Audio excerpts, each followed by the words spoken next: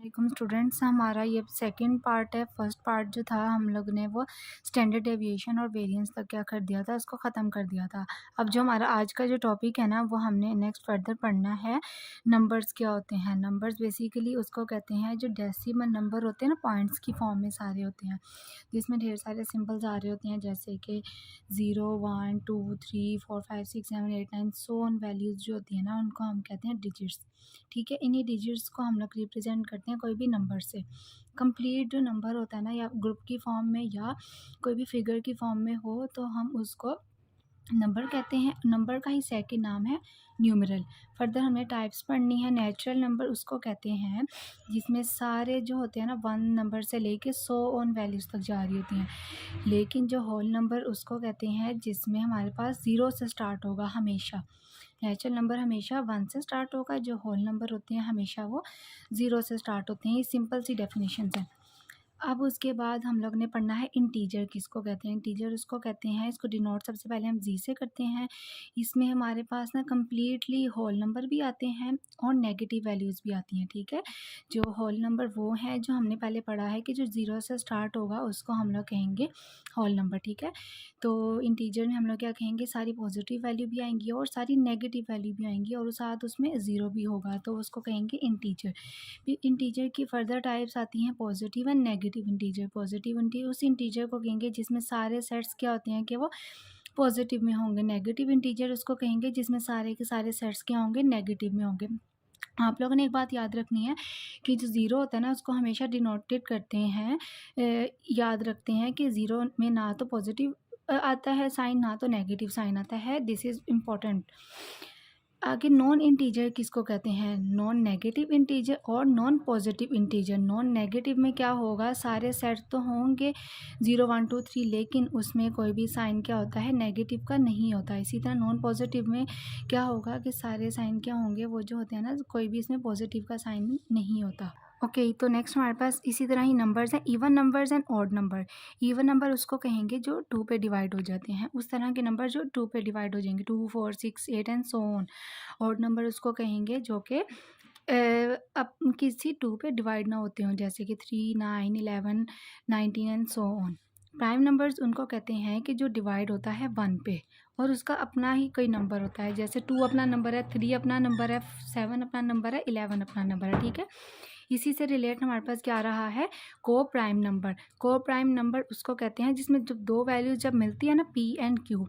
ठीक है, ये दो हमारे पास क्या है, नेचुरल नंबर हैं, तो हम लोग इनको क्या कहेंगे, को प्राइम नंबर मीन्स के जो होता है ना, HCF कहते हैं, हाईएस्ट कॉमन फैक्टर।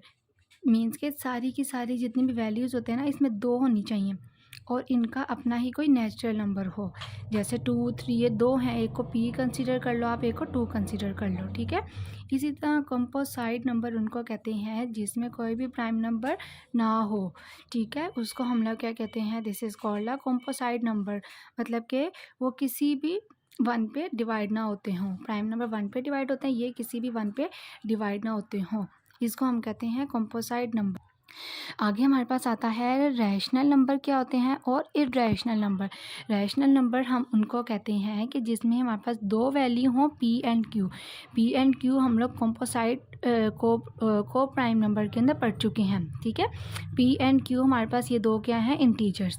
लेकिन कहते हैं कि पी पे अगर वैल्यू 0 की आ जाए तो वो हम कंसीडर कर लेते हैं, लेकिन क्यू कभी भी जो होता है ना, वो 0 के इक्वल ना हो। ठीक है, तो उसको हम कहते हैं रैशनल नंबर। ये देखो मैंने एग्जांपल्स लिखी हुई हैं, 22/7, 5/3, 0/11। ठीक है, आप एक को क्यू पी कह दो, एक को क्यू कह दो, इसी तरह P Q P Q P Q. ठीक है, आप यहाँ पे देखो पी 0 हो सकता है, लेकिन कोई भी नीचे क्यू जो होता है ना, वो 0 के इक्वल नहीं होगा, तो हम लोग इसको क्या कहेंगे, this is called a rational number. अब इरेशनल नंबर क्या होते हैं, वो नंबर होते हैं जो रिप्रेजेंट करते हैं स्क्वायर रूट। स्क्वायर रूट के अंदर जब हम स्क्वायर रूट की वैल्यू को सॉल्व करते हैं ना, इसमें जो हमारे पास वैल्यूज़ आती है ना, बहुत लेंथी आती हैं। ठीक है, तो हम इसको कहते हैं this is called a irrational number. मतलब कि इसकी कोई एक स्पेसिफिक नंबर नहीं है, जैसे ये तो हमें पता चल रहा है 22, this is the simple number, लेकिन इसकी जब हम सॉल्व करते हैं ना स्क्वायर रूट के बाद, तो इतनी कॉम्प्लिकेटेड वैल्यू, इतनी मुश्किल सी आ जाती है और लंबी वैल्यू होती है। ठीक है, तो हम इसको कह रहे हैं इरेशनल नंबर के इसका कोई आखिरी पॉइंट नहीं होता। टर्मिनेट की बात आ रही है तो यहाँ पे कहेंगे वैल्यू सो ऑन चल रही है, लंबी है, इसका कोई टर्मिनेटिंग पॉइंट नहीं आ रहा। इसी तरह ये हर वैल्यू को हम करके देखेंगे। अगर हम पाई की वैल्यू देखें, पाई की हम अगर इसका स्क्वायर रूट लें तो 22/7 होता है ना, ठीक है। तो ये हमारे पास क्या था, इरेशनल नंबर। अब आगे हमने पढ़नी है प्रॉपर्टीज़ ऑफ ज़ीरो की। हमेशा ज़ीरो आप लोग ने याद रखना है, मैंने पहले भी पॉइंट बताया था, ना तो वो पॉजिटिव होता है ना तो वो नेगेटिव होता है। ज़ीरो हमेशा इवन इंटीजर उसको कहते हैं। हमेशा ज़ीरो जो होता है ना लेस देन किसके होता है, +1 के, और ग्रेटर देन किसके होगा, -1 के, ठीक है। उसके बाद कहते हैं हर कोई इंटीजर जो होता है ना, जैसे पी का ही हम लोग लेंगे, क्यू का मैं ऑलरेडी बता चुकी हूँ, Q is not equal to zero. अगर हम इधर देखें, इधर हमने सारा पी को ही देखा है, पी भी प्लस है और माइनस भी पी को ही कह रहे हैं, ठीक है। तो अगर हम पी को प्लस के साथ करें, माइनस के साथ कोई भी वैल्यू लिखें तो हमारे पास आता ही पी है। अगर हम कहते हैं कोई भी प्रोडक्ट लें 2, 3, 4 या इससे भी ज़्यादा जितने भी नंबर्स आ रहे हैं ना, तो हमेशा वो जो ज़ीरो होता है, हमेशा ज़ीरो क्या होता है, उन वैल्यू से क्या होता है, लेस होता है, ठीक है। अब आगे हमारे पास प्रॉपर्टीज़ ऑफ 1 की आती हैं। 1 हमेशा डिवाइडेबल नंबर होता है कोई भी इंटीजर के साथ, 1 इजीली डिवाइड हो जाता है। लेकिन 1 हमारे पास क्या है, ऑड नंबर। 1 कहते हैं is not the prime number. 1 prime number क्यों नहीं है, क्योंकि जितने भी प्राइम नंबर्स होते हैं ना, वो हमेशा ग्रेटर देन किसके होते हैं, 1 के। अब उसके बाद कहते हैं 1 हमेशा स्मॉलर देन होगा इंटीजर से। कोई भी अगर हमने 2, 3, 4 डाला है ना, उससे क्या होगा, 1 हमेशा स्मॉलर होगा। अब हम कोई भी नंबर लेते हैं ना n के साथ, 1/n हमेशा वैल्यू। अब आगे हमारे पास प्रॉपर्टीज़ ऑफ 1 की आती हैं। 1 हमेशा डिवाइडेबल नंबर होता है कोई भी इंटीजर के साथ, 1 इजीली डिवाइड हो जाता है। लेकिन 1 हमारे पास क्या है, ऑड नंबर। 1 कहते हैं is not the prime number. 1 prime number क्यों नहीं है, क्योंकि जितने भी प्राइम नंबर्स होते हैं ना, वो हमेशा ग्रेटर देन किसके होते हैं, 1 के। अब उसके बाद कहते हैं 1 हमेशा स्मॉलर देन होगा इंटीजर से। कोई भी अगर हमने 2, 3, 4 डाला है ना, उससे क्या होगा, 1 हमेशा स्मॉलर होगा। अब हम कोई भी नंबर लेते हैं ना n के साथ, 1/n हमेशा वैल्यू क्या आएगी इसकी, 1 ही आएगी। आगे हमारे पास आता है फैक्टर। फैक्टर उनको कहते हैं जो कि उसकी अपनी ही वैल्यू होगी और उसका एक एग्जैक्ट नंबर दिया होगा, उनको हमने क्या कर देना है, उसी एग्जैक्ट वैल्यू से डिवाइड कर देना है। जैसे उन्होंने मुझे कहा है फाइंड अ फैक्टर, 64 वैल्यू मुझे उन्होंने दी हुई है। मैंने इस तरह की मल्टीप्लाई वाली वैल्यूज़ बनानी है जो कि मेरे पास 62 आ जाए। जैसे मैंने एग्जांपल दी हुई है, अगर 1 को मल्टीप्लाई करो 64 से तो मेरे पास 64 आएगा। 2 को मल्टीप्लाई करूँगी 32 से तो वो भी 64 आ रहा है। 4 को मल्टीप्लाई करूँगी 16 से 64 आ रहा है, ठीक है। तो मेरे पास फैक्टर फाइंड हो गया। अब जैसे फॉर एग्जांपल मेरे पास दिया हुआ है 4 का मेरे पास अब किस तरह से फैक्टर बनेगा, 4 1 ज़ा 4 हो गया, 2 2 ज़ा 4, ठीक है। तो ये भी मेरे पास क्या निकला है, फैक्टर। नेक्स्ट हमारे पास आता है डिवीजन एल्गोरिथम। इसमें कहते हैं कि अगर हमारे पास दो वैल्यूज़ दी हुई, लेट करो कि अगर a और b हमारे पास दो गिवन इंटीजर हैं, हमेशा b जो होता है ना नॉट इक्वल टू 0 के होगा। अगर मैं a और b को डिवाइड कर दूं तो बाकी मेरे पास क्या रह जाएगा, q और r रह जाएगा। हमेशा कहते हैं dividend divisor multiply by quotient plus remainder. इसमें जो डिवाइडेंड हो रहा था a से और जो डिवाइज़र था वो b था। उसके बाद जो क्वोशंट है हमेशा रिप्रेजेंट करेंगे q से और बाकी जो रिमाइंडर बचता है उसको कहते हैं r। नेक्स्ट हमारे पास है मल्टीपल ऑफ नंबर। ये सिंपल है, इसमें जितने भी नेचुरल नंबर होंगे ना उनको हमने मल्टीप्लाई कर देना है तो उसको कहेंगे मल्टीपल नंबर। ये जैसे मेरे पास कह रहे हैं, उन्होंने कहा है कि मुझे उन्होंने 4 दे दिया है, वो हमेशा लेस देन किसके होगा, 30 के। 4 से जितनी भी कम वैल्यूज़ आ रही हैं ना, हमने उसको मल्टीप्लाई करके निकाल देना है और उसमें क्या कहते हैं 30 से कम वैल्यू निकलनी चाहिए।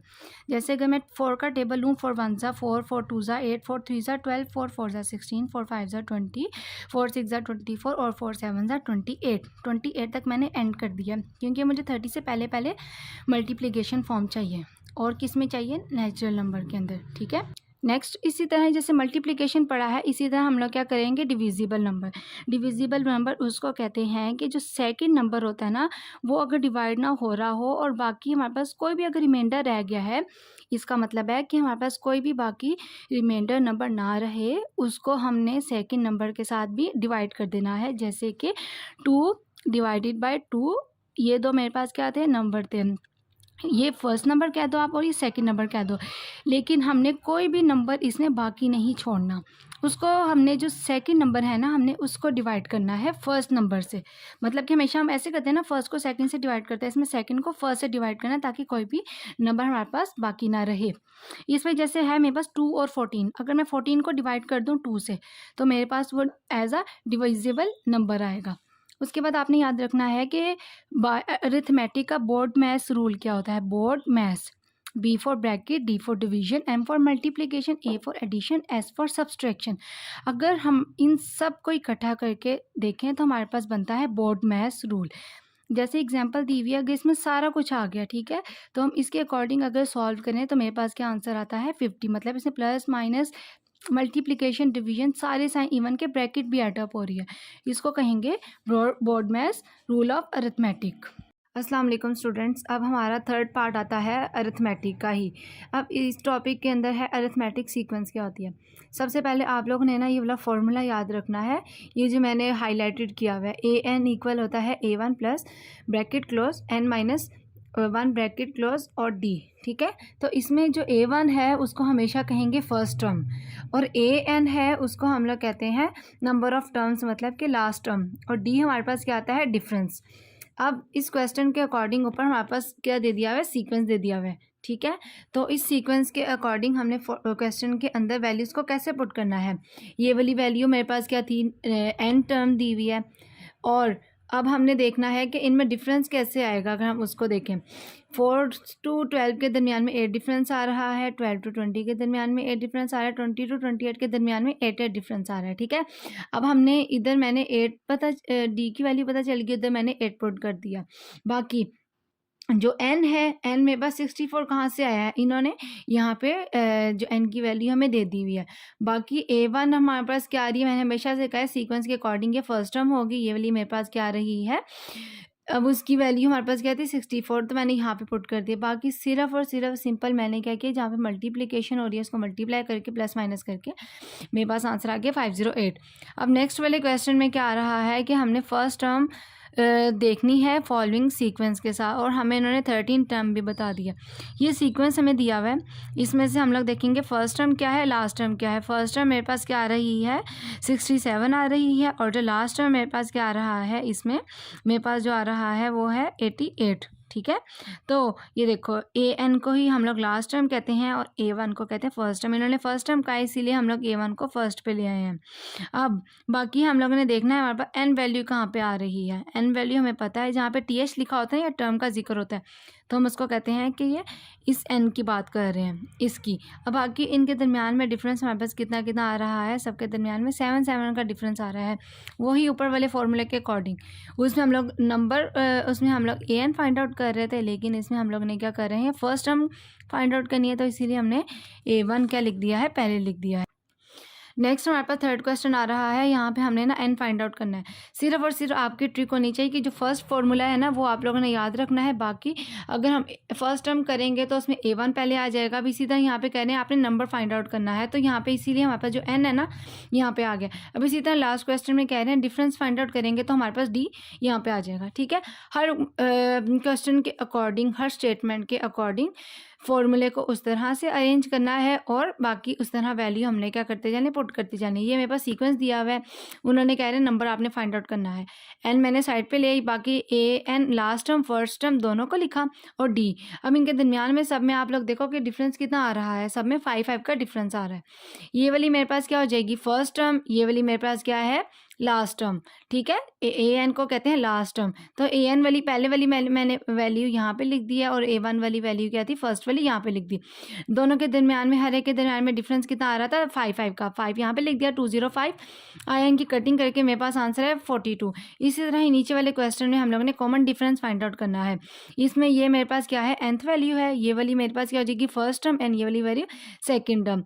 सिर्फ हमने इसमें क्या करना है D फाइंड आउट करना है, ये फॉर्मूले को भी रीअरेंज कर लेना है फर्स्ट वाले फॉर्मूले के अकॉर्डिंग, ठीक है। तो उस क्वेश्चन में पता चलेगा कि कौन कौन सी वैल्यू क्या थी। AN की वैल्यू AN में पुट की, बाकी A1 की वैल्यू उधर पुट करके नंबर ऑफ टर्म हमें ऑलरेडी क्वेश्चन के अंदर बताया हुआ था। ये फॉर्मूले का है N1 सॉरी। अब बाकी हमने कटिंग करके इनको डिवाइड किया, जो मेरे पास आंसर आ रहा है इसका 2। अब हमारे पास नेक्स्ट आता है कि टाइप्स ऑफ अरिथमेटिक फंक्शंस कौन सी होती हैं। 5 टाइप्स होती हैं इनकी। Into function, one one function, injective function, onto को ही सब्जेक्टिव फंक्शन कहते हैं। इसके बाद आ रहा है बायजेक्टिव फंक्शन। इनटू फंक्शन उसको कहेंगे, जैसे आप एक एग्जांपल देखो, ये सारे ए के एलिमेंट्स हैं, ये सारे बी के एलिमेंट्स हैं। इसमें वर्ड हमें पता होना चाहिए मैपिंग। मैपिंग का मतलब होता है कि जो दो मिलके सेट्स बना रहे हैं, सेट सेम होना चाहिए और वो आपस में मिलते हों।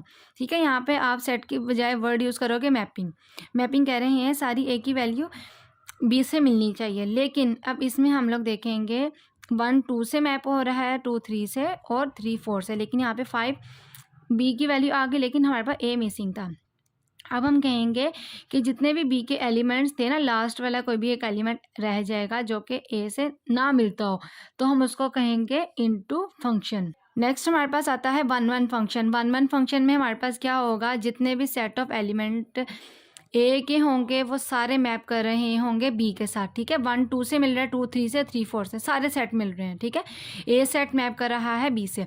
इंजेक्टिव फंक्शन उसको कहते हैं इनटू फंक्शन और वन वन फंक्शन। इससे पहले हम लोगों ने जो डेफिनेशन पढ़ी है इनटू फंक्शन की, मतलब कि जिसमें सेट नहीं मैप कर रहा था और जिसमें सेट मैप कर रहा है, इन दोनों को मिला के कहेंगे इंजेक्टिव। फिर आ जाएगी ऑन टू, कोई सब्जेक्टिव फंक्शन कहते हैं। इसमें वही सारे सेट लिख लो ए के और बी के। अब इसमें क्या कॉन्सेप्ट है कि जितने भी हमारे पास बी के सेट्स होते हैं ना, वो मिलते हैं ए से। ठीक है, 1 2 3 2 3 3 4 4 5। ठीक है, सारे मिल रहे हैं। इसमें क्या था कि हमारे पास क्या कह रहे थे कि जितने भी ए के एलिमेंट्स हैं वो बी से मैप करते हैं। इसमें बी के एलिमेंट ए से मैप करते हैं। ठीक है, अब ऊपर वाली डेफिनेशन और नीचे वाली डेफिनेशन मिलके हमारे पास क्या बनाता है, बायजेक्टिव फंक्शन। ठीक है, वन वन फंक्शन और ऑन टू फंक्शन, मतलब कि वन वन फंक्शन में हमने क्या कहा था, ए से मैप कर रहा था बी से और बी से मैप कर रहा था ए। ठीक है, वालेकुम स्टूडेंट्स, ये हमारा 4th पार्ट है और लास्ट पार्ट है अरिथमेटिक का। इसका जो टॉपिक है उसका नाम है अरिथमेटिक प्रोग्रेशन। अरिथमेटिक सीक्वेंस को ही हम लोग एपी कहते हैं, मतलब कि अरिथमेटिक प्रोग्रेशन कहते हैं। इसका मतलब क्या होता है कि अगर हमारे पास लेट्स सपोज अगर हमारे पास इस तरह का सीक्वेंस दिया होगा, तो हमने उसको किस तरीके से फाइंड आउट करना है, उसमें हमें पता होना चाहिए कि ऊपर हमने सबसे पहले क्या निकालना है। मेन हमारा कंसर्न होना चाहिए दो वैल्यू के दरमियान में कोई डिफरेंस निकाल रहे हैं। कोई भी डिफरेंस निकालेंगे तो ये वाली क्या वैल्यू होगी, फिक्स्ड वैल्यू होती है। ठीक है, तो हम इन दोनों के दरमियान का डिफरेंस हमें पता होना चाहिए। तो अगर हम ऊपर डेफिनेशन को समझें कि अरिथमेटिक प्रोग्रेशन को ही अरिथमेटिक सीक्वेंस कहते हैं। ये एक ऐसा सीक्वेंस होता है जिसमें हम डिफरेंस निकालते हैं प्रीसीडिंग टर्म एंड इवन के क्या लिखा हुआ है, सक्सेसिव टर्म। दो टर्म्स का जिक्र है। तो इसमें हम देखेंगे सक्सेसिव टर्म उसको कहते हैं जो बाद वाली टर्म आती है, लेकिन प्रीसीडिंग मीन्स के बिफोर टर्म, मतलब कि जो बाद में टर्म आ रही है और जो पहले टर्म है, इन दोनों के दरमियान का हम लोगों ने क्या लेना है, डिफरेंस लेना है। ठीक है, तो इन दोनों के दरमियान का हर एक वैल्यू के दरमियान जो डिफरेंस आता है, उन सब का जो डिफरेंस होता है वो सेम होता है। ठीक है, ऐसा नहीं होगा एक में डिफरेंस 4 आ रहा हो तो एक में क्या आ रहा होगा, 5 आ रहा होगा तो एक में 6 आ रहा होगा। नहीं, सीक्वेंस का मतलब है कि एक सीरीज़ में हमें इन्होंने क्वेश्चन दे दिया है, हमने सबके चीज़ों का सेम डिफरेंस निकालना है। ठीक है, तो इस जो कांस्टेंट जो डिफरेंस निकालते हैं ना सबका, देखो इन्होंने इधर भी बता दी, कॉमन डिफरेंस होता है, सबका सेम होता है, तो हम उसको क्या कहते हैं, अरिथमेटिक प्रोग्रेशन। ये देखो ये फॉर्मूला जो हमने लास्ट में पढ़ा था अरिथमेटिक सीक्वेंस के अंदर, या इस फॉर्मूले को हम कहते हैं जनरल फार्मूला। अब इस फॉर्मूला को फर्दर इन्होंने डिस्क्राइब किया हुआ है कि डी मैंने आपको ऑलरेडी बता चुकी हूँ, this is the successive term and this is the preceding term. Before and after term के दरमियान हमने डिफरेंस देखना है, और एंथ हमेशा कुछ क्वेश्चन के अंदर एंथ की वैल्यू लिखी होती है, वो हम लोगों ने देखनी है। ठीक है, कोई भी टर्म हो सकती है। A1 को हमेशा फर्स्ट टर्म कहते हैं। अच्छा, कुछ नेक्स्ट में ना आप लोगों को बताएंगे कि L वाला का मतलब होता है कि लास्ट टर्म भी इसको कहते हैं क्वेश्चन की, और डी इसको कहते हैं जो कि इनके दरमियान का कॉमन डिफरेंस आ रहा है। लास्ट में मैंने यही लिखा हुआ है ना कि एपी इसको कहते हैं, एक ऐसा सीरीज़ और ऐसा सीक्वेंस होता है। अगर हम इसका असेंडिंग ऑर्डर या डिसेंडिंग ऑर्डर देखें तो हमें पता होना चाहिए कि हमेशा जो इसमें डिफरेंस होता है ना, सबका कॉमन होता है, इक्वल होता है, फिक्स होता है, सेम होता है। ठीक है, नेक्स्ट आप लोग देखो कि असेंडिंग सीक्वेंस क्या होती है, असेंडिंग ऑर्डर और डिसेंडिंग ऑर्डर। अगर हम इसमें डिफरेंस देखें, असेंडिंग में देखो लिखा हुआ है 1 3 5 7, इनमें 1 और 3 के दरमियान का डिफरेंस कितना आ रहा है, सब के दरमियान में 2 2 का डिफरेंस आ रहा है। 3 और 5 के दरमियान में भी 2 का डिफरेंस आ रहा है, 5 और 7 के दरमियान में भी 2 का डिफरेंस आ रहा है। ठीक है, तो मतलब कहेंगे कि सबके डिफरेंस क्या है, इक्वल है। हमें इससे भी पता चल गया अगर डिसेंडिंग ऑर्डर में अगर क्वेश्चन दिया 25 20 इस तरह, तो इनमें भी सबके दरमियान का जो डिफरेंस कितना आ रहा है, 5 आ रहा है। तो इनके दरमियान इनको भी हम लोग कहेंगे common difference and equal difference. Next हमारे पास ये 3 तरह के जो फॉर्मूले हैं दिए हुए हैं, लेकिन आपने इस फॉर्मूले को याद रखना है, this is the general formula, ठीक है। अगर हमारे पास नेक्स्ट में एग्जांपल दी हुई है ये, तो हमने इसका कह रहे हैं आपने n फाइंड आउट करना है। फॉर्मूला आपको लोगों को पहले से ही पता है, तो इसलिए मैं जल्दी से गुजार रही हूँ। इसमें आप लोगों ने क्या करना है, ए एन इक्वल क्या है, सबसे पहले हमने फर्स्ट टर्म देखनी है। A1 क्या है, always this is the first term, ठीक है। 1 हमें पता चल गया, अब हमें n हमने फाइंड आउट करना है। अब इसमें n क्या है, ये भी एक आप लोगों ने याद रखना है कि अगर इस तरह से दिया हो ना क्वेश्चन, जिसमें डॉट डॉट डॉट ना डाला और ना ही उन्होंने आगे कोई भी वैल्यू को एक्सटेंसिव किया हो, सिर्फ इतना ही उन्होंने क्या कर दिया, ख़त्म कर दिया हो। एक आसान सी हमें पता चल गया, तो हमें कितनी टर्म्स है, 1 2 3 4 5। हम इसको खुद कंसिडर कर सकते हैं कि ये वाली हमारे पास कौन सी आ रही है, नंबर ऑफ टर्म 5 है, -1 कर दिया और डिफरेंस इन सब में कितना आ रहा है, 2 2 का। सब वैल्यूज़ पता चल गई, पुट कर दी, तो आंसर क्या हमारे पास आ गया, 9 आ गए। बहुत सिंपल सा है। नेक्स्ट हमारे पास क्या आ रहा है, अगर इसी तरह का क्वेश्चन दिया हो।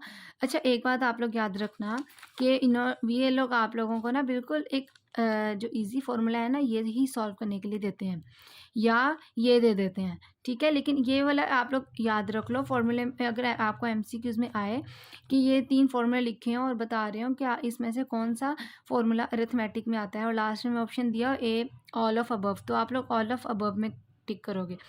लेकिन अगर एमसीक्यूज दिया हो इनमें से जनरल फार्मूला कौन सा आता है, तो ये वाला हमारे पास जनरल फार्मूला मोस्टली यूज़ होता है। अगर हमारे पास कुछ केसेस में ये भी दे देते हैं, तो इसमें आप लोगों ने क्या याद रखना है कि अगर हम इसको देखें कि अगर हमारे पास ये दिया हुआ है, उन्होंने सिर्फ कहा है आप लोगों ने क्या फाइंड आउट करना है, ए और एल फाइंड आउट करना है। ए का मतलब होगा फर्स्ट टर्म और एल का मतलब है लास्ट टर्म। एल को ही हम लोग क्या कहते हैं, यहाँ पे मैंने देखो करके लिखा हुआ है ताकि आप लोगों को ईजिली क्लियर हो जाए। एल को ही हम ए एन कहीं पे भी लिखा हो, उन दोनों को कहते हैं लास्ट टर्म। या कहीं पे भी हमारे पास क्या लिखा हो, A1 लिखा हो, तो हम उसको हमेशा क्या कहते हैं, this is the first term, या सिंगल ए भी लिखा होता है। सिंपल मैंने सिर्फ वैल्यूज़ पुट की हैं। एंड अब इसमें भी देखो नंबर ऑफ टर्म्स मेरे पास थे 5, 1 2 3 4 5। ये एस क्या है, सम, ठीक है। तो अब हम इनका सबको मल्टीप्लाई करके या डिवाइड करके जो जो मेरे पास आंसर आ रहा है वो आ रहा है 25। ये सिंपल सा ही था।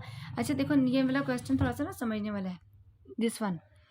इसमें इन्होंने हमें देखो डॉट डॉट डॉट वाली वैल्यू एक बहुत एक्सटेंसिव दे दी है, और ये वाली हमारे पास क्या दे दिया इन्होंने कि नंबर ऑफ टर्म nth जहाँ पे भी आया था ना TH, उसका मतलब होता है कि हमारे पास इसको n है। फॉर्मूला पता था, फॉर्मूला मैंने पुट कर दिया। मेरे पास A1 की वैल्यू क्या थी, फर्स्ट टर्म ये थी। अब इसमें मेरे पास जो n आ रहा है, n मुझे पता था, वो लिख दिया। इन सब में डिफरेंस कितना आ रहा है, 2 2 का डिफरेंस, सब कुछ मैंने लिख दिया, ठीक है। बस इनको मल्टीप्लाई करके जो मेरे पास आंसर आया है वो आया है 69। अच्छा बच्चों, ये वाला क्वेश्चन थोड़ा सा समझने वाला है। एक स्टेटमेंट दी हुई है, लिखा हुआ है फर्स्ट और लास्ट टर्म हमारे पास अगर AP की 17 और 350 हो और कॉमन हमारे पास डिफरेंस उन्होंने बता दिया 9 का, तो हमारे पास टर्म्स कितनी होंगी और हम उसका सम कैसे निकालेंगे, ठीक है। तो हमारे पास सबसे पहले देखेंगे कि जो 17 है ना, 17 को ही हम लोग कह रहे हैं फर्स्ट टर्म है, और जो 350 हमारे पास आ रहा है वो मेरे पास है लास्ट टर्म। अब हमारे पास n क्या है, इन सब के दरमियान का जो डिफरेंस है। अब देखो मेरे पास ये सब कुछ था, मुझे पता था, तो मैंने लिख दिया।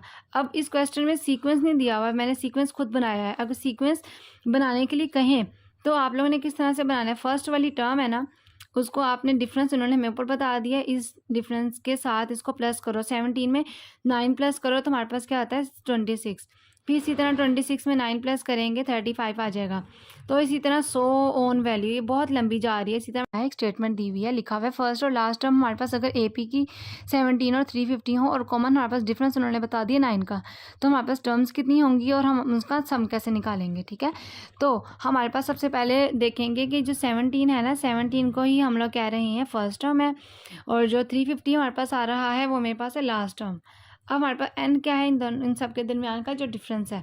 अब देखो मेरे पास ये सब कुछ था, मुझे पता था, तो मैंने लिख दिया। अब इस क्वेश्चन में सीक्वेंस नहीं दिया हुआ है, मैंने सीक्वेंस खुद बनाया है। अगर सीक्वेंस बनाने के लिए कहें तो आप लोगों ने किस तरह से बनाना है, फर्स्ट वाली टर्म है ना, उसको आपने डिफरेंस उन्होंने मेरे ऊपर बता दिया, इस डिफरेंस के साथ इसको प्लस करो। 17 में 9 प्लस करो तो हमारे पास क्या आता है, 26। फिर इसी तरह 26 में 9 प्लस करेंगे 35 आ जाएगा। तो इसी तरह सो ओन वैल्यू, ये बहुत लंबी जा रही है। इसी तरह मैं डॉट डॉट डॉट डाल के 350 को ऊपर वाली जो लास्ट वाली वैल्यू थी वहाँ पे एंड कर दिया। ये मेरा सीक्वेंस इस तरह से बनता है। फॉर्मूला मुझे पता था, फॉर्मूला मैंने लिख दिया, ठीक है। अब मेरे पास, अब इसमें देखो लास्ट टर्म हमारे पास 350 थी, वो मैंने लिख दिया, या AN हो या L हो, इसमें कंफ्यूज नहीं होना, दोनों का सेम या कुछ भी लिख सकते हैं। डिफरेंस हमारे पास सबके दरमियान क्या था, 9 था, वो लिख दिया। अब इसमें ना हमें नंबर ऑफ़ टर्म्स नहीं बताई हुई, नंबर ऑफ़ टर्म्स हमें नहीं बताई हुई, तो हमने इसको ऐसे ही लिखना है। ये AN वाली वैल्यू कोई और है, ठीक है। नंबर अगर हमारे पास लिखा होता 350 के साथ NTH लिखा होता, तो फिर हम इसको कंसिडर करते हैं कि दिस इज़ द, हमारे पास क्या आ रही है कि N टर्म है। लेकिन अगर इन्होंने सिर्फ सिंपल बता दिया 350, तो ये ऐसे ही आएगा। तो हम इसको 9 वाली जो डिफरेंस है इसको से मल्टीप्लाई कर सकते हैं, 9N और 9 1 ज़ा 9। A1 हमारे पास पता था, फर्स्ट वाली टर्म हमने लिख दी, सिर्फ मैंने इनको प्लस माइनस किया है। ये दोनों को जो मैंने माइनस किया तो मेरे पास 8 आता है। 9 ऐसे ही आ गया, 9N 350 भी ऐसे ही आ गया। अब ये वाली मैंने उधर जाके माइनस कर दी, 350 में से 8 को निकाले 342, 9 ऐसे ही आ रही थी। अब ये मेरे पास N आ रहा है। अब मैंने 9 को उधर जाके डिवाइड किया, मेरे पास आ गया 38। यही जो N है ना, इसी को ही हम लोग कहेंगे सम। दो चीज़ें निकलें, हाउ मेनी टर्म्स, हमारे पास टोटल कितनी टर्म्स निकली हैं, ये हमारे पास टर्म एक सीक्वेंस बन गई, और सम करके मेरे पास क्या आंसर आया है 38। यहाँ तक आप लोगों का टॉपिक ख़त्म होता है, हमारे पास जो अरिथमेटिक कंप्लीट टॉपिक था। Thank you students. अब ये हमारा थर्ड पार्ट है, अरिथमेटिक सीक्वेंस क्या होती हैं। अब इसमें हम लोग ने अरिथमेटिक सीक्वेंस के बारे में पढ़ना है। जैसे अगर हमें क्वेश्चन दिया होगा कि फाइंड द 64 टर्म, ठीक है। अगर हमारे पास ये क्वेश्चन दिया हुआ है 64 टर्म है, which of the following sequence, इसको हम कहते हैं सीक्वेंस। तो हमने इस फॉर्मूले के अकॉर्डिंग हमने इसको कैसे सॉल्व करना है। सबसे पहले हम लोग देखेंगे इसमें n मेरे पास क्या है। हमेशा जब TH आता है ना, उसका मतलब होता है कि उन्होंने नंबर ऑफ़ टर्म्स हमें ऑलरेडी बता चुके हैं। A1 क्या है हमारे पास इसमें, ये A1 हमेशा कहते हैं स्टार्टिंग वैल्यू को, ठीक है। तो A1 मेरे पास इसमें क्या आ गई, 4 आ गई।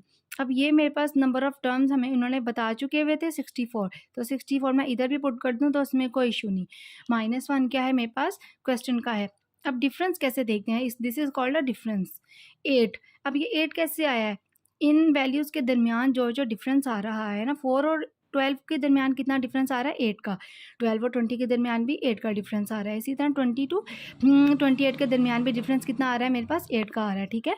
तो अगर हमारे पास इस तरह का क्वेश्चन आए तो हमने सबसे पहले फॉर्मूले को याद रख के n देखनी है। मेरे पास क्या है, A1 मेरे पास फर्स्ट टर्म आ रही थी और बाकी इनके दरमियान का डिफरेंस आ रहा है। सिंपल मैंने सिर्फ वैल्यूज़ पुट की हैं। इनको मैंने क्या किया है कि 64 में से 1 को माइनस किया, 63 बचा, फिर इनको मल्टीप्लाई करके 504 आ गया। फिर मैंने जब इनको एडअप किया तो मेरे पास क्या आ गया, 504। दिस इज़ द 64 का मेरे पास क्या निकला है, ए फॉलोइंग सीक्वेंस के अकॉर्डिंग, ठीक है। अब उसके बाद हमारे पास नेक्स्ट आता है, what will be the first term in the following sequence of the 13 term sequence. अब इसमें कह रहे हैं हमारे पास फर्स्ट टर्म कौन सा होगा। फर्स्ट टर्म हमारे पास इस A1 को हमेशा कहते हैं फर्स्ट टर्म। अब इन्होंने फर्स्ट टर्म की बात किया है, ये इसलिए मैंने यहाँ पे इसको सबसे पहले लिख दिया है, और जो नंबर ऑफ़ टर्म्स अगर पूछा होता तो वो मैं पहले लिख देती। स्टेटमेंट के अकॉर्डिंग हमने फॉर्मूले को चेंज कर देना है। उसके बाद यहाँ पे मेरे पास माइनस, बाकी वही एज इट इज़ जो फॉर्मूला था, बस मैंने इसको रीअरेंज किया है ऊपर वाले फॉर्मूले के तरह। यहाँ पे मैंने क्या कर दिया, A1 को पहले ले आई हूँ, इसको फर्स्ट टर्म कह रहे हैं क्योंकि क्वेश्चन में भी हमने फर्स्ट टर्म ही सॉल्व करना है। अब उसके बाद मेरे पास आता है कि AN। अब ये 88 वैल्यू क्या आती है। अच्छा, AN को ना हम लोग कहते हैं लास्ट टर्म भी कहते हैं। A1 को हमेशा याद रखना फर्स्ट टर्म कहेंगे और AN को कहेंगे लास्ट टर्म। लास्ट टर्म, अब मेरे ये पास ये सीक्वेंस था, अब मेरे पास इन्होंने क्वेश्चन में कहीं पे भी लास्ट टर्म नहीं बताई हुई। अब 88 को मैं कंसीडर कर लूँगी, this is my last term. आगे n-1, अब उन्होंने n ऑलरेडी बता चुके हैं। जो 13 टर्म होती है ना, जिसमें TH लिखा होता है, या टर्म के साथ साथ यहाँ पे 30th होनी चाहिए, ठीक है, TH। तो ये मेरे पास क्या होगी, ये मेरे पास आ जाएगी n की वैल्यू। अब उसके बाद D, अब इनमें डिफरेंस कितना आ रहा है, सबका 7 का डिफरेंस आ रहा है। इसी तरह मैंने 13 में से 1 को माइनस किया, 12 आ गया। बाकी मेरे पास 88 में से 84 को माइनस किया तो मेरे पास आंसर आ गया 4। इससे मैंने सिर्फ कुछ भी नहीं किया, सिर्फ ऊपर वाले फॉर्मूले के अकॉर्डिंग मैंने इसको रीअरेंज किया। अब हमारे पास इसी तरह थर्ड क्वेश्चन आप लोग देखें, वो कह रहे हैं इसमें आपने नंबर फाइंड आउट करना है। नंबर फाइंड आउट करने के लिए मैंने पिछले फॉर्मूले को क्या किया है, थोड़ा सा अरेंज किया है। n में क्या कर दिया है कि मैंने n को सेपरेट कर दिया। उन्होंने कहा नंबर ऑफ़ टर्म्स, इसीलिए मैंने n को सेपरेट कर दिया है। बाकी ये मेरे पास लास्ट टर्म है और ये मेरे पास क्या है, first term divided by d और +1। ठीक है। अब मैंने इसमें क्या सबसे पहले देखना है, अब सबसे पहले मेरे पास इसमें जो लास्ट टर्म कौन सी मेरे पास बन रही है, this 222, this is my last term, and A1 क्या था, क्वेश्चन में हमेशा फर्स्ट टर्म आता है। इन सब में हमारे पास कितना कितना डिफरेंस आ रहा है, हमारे पास 5 का डिफरेंस आ रहा है। ठीक है, मेरे पास सारी वैल्यूज़ आ गई। अब उसके बाद 22 में से 17 को मैंने कट किया तो 205 बचा। 205 में से 5 को कट किया तो मेरे पास क्या आ रहा था, 41। 41 को प्लस किया तो मेरे पास क्या आ गया, 42। ठीक है, तो मैंने सिर्फ उसको उसके अकॉर्डिंग क्या किया है, रीअरेंज किया है। बाकी मेरे पास सब कुछ था, लास्ट टर्म, फर्स्ट टर्म, इनके दरमियान का 5 का डिफरेंस।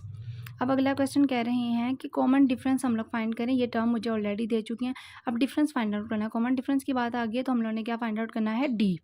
ठीक है, डी फाइंड आउट करेंगे और उन्होंने हमें ये सीक्वेंस दे दिया है। ठीक है, this is my first term, this is my last term, this is my number of term and difference मैंने फाइंड आउट करना है। फॉर्मूला, ऊपर वाला फॉर्मूला देखो और इसको देखो। ठीक है, ऊपर में एन था, इसमें क्या आ रहा है, डी। तो मैंने डी को ऊपर ले आई और एन को नीचे ले आई। बाकी जो द वन था उसको मैं नीचे ले आई, +1 किस में कन्वर्ट हो गया, -1 पे। तो मेरे पास ये डी का फॉर्मूला भी बन गया। ठीक है, उसके बाद मैंने स्टेटमेंट के according first term last term को ऐड पुट किया और एन की वैल्यू मेरे पास क्वेश्चन में क्या थी, 45 थी, 1 मेरे पास था। उसके बाद मैंने इन सबको माइनस किया, 112 में से 24 को माइनस किया 88 और बाकी दूसरा था 44। तो मेरे पास आंसर क्या आ गया, 2। अब उसके बाद हमारे पास आते हैं टाइप्स ऑफ अरिथमेटिक। कौन कौन से टाइप्स होते हैं, into function, one function, injective function, onto, surjective function and bijective function. सबसे पहले इनटू फंक्शन उसको कहते हैं कि जो मेरे पास ये एलिमेंट है मेरे पास ए के और बी के। मैपिंग का मतलब होता है जो उसे सेट बना रहा, मैपिंग कहते हैं सेट बनाना। ठीक है, मैपिंग का मतलब है मिलाना, उन चीज़ों को मिलाना जो कि आपस में एक सेट बना रहे हों। तो हम यहाँ पे सेट नहीं वर्ड बोलें,